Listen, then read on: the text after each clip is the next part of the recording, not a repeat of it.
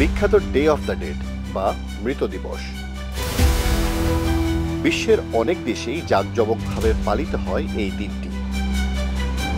আর এই দিবসটি উপলক্ষে হাইতির রাজধানী পোর্ট অ প্রিন্সে ভুডু ধর্মাবলম্বীরা জড়ো হয়েছেন নিজ নিজ মৃত মানুষদের স্মরণে। এখানে মৃতদের কবরের পাশে চলছে প্রার্থনা, গান আর আচার অনুষ্ঠান।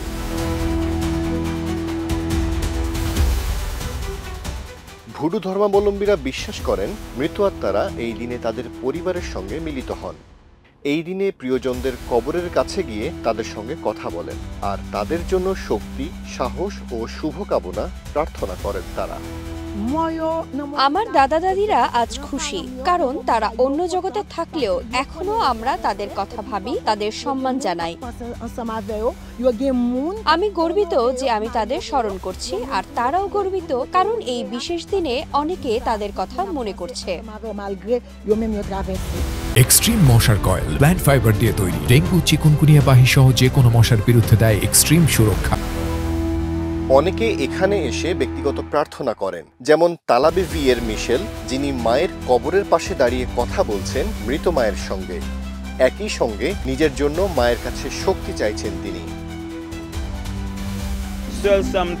আমি শুধু মায়ের কাছে একটাই প্রার্থনা করি, আমাকে শক্তি দিই, যেন অন্যের জিনিসের লোভে না পড়ি, অন্যের সম্পদে হাত না দিই, যেন জীবনের সামনে এগিয়ে যেতে পারি, যদিও মা পাশে নেই। ভুডু ধর্ম নিয়ে নানা ভ্রান্ত ধারণা থাকলেও অনুসারীদের মতে এটি শান্তি, ঐক্য ও ভালোবাসার প্রতীক। অনেকে ভাবে ভুডু মানেই খারাপ কিছু। আসলে এটা এমন এক সংস্কৃতি যেখানে সবাই একে অপরকে ভালোবাসে, শান্তিতে থাকতে চায়। কেউ কেউ খারাপ কাজ ব্যবহার করলেও আমরা যারা ভালো দিকটি অনুসরণ করি তাদের কাছে ভুডু মানে ভালোবাসা ও শ্রদ্ধা।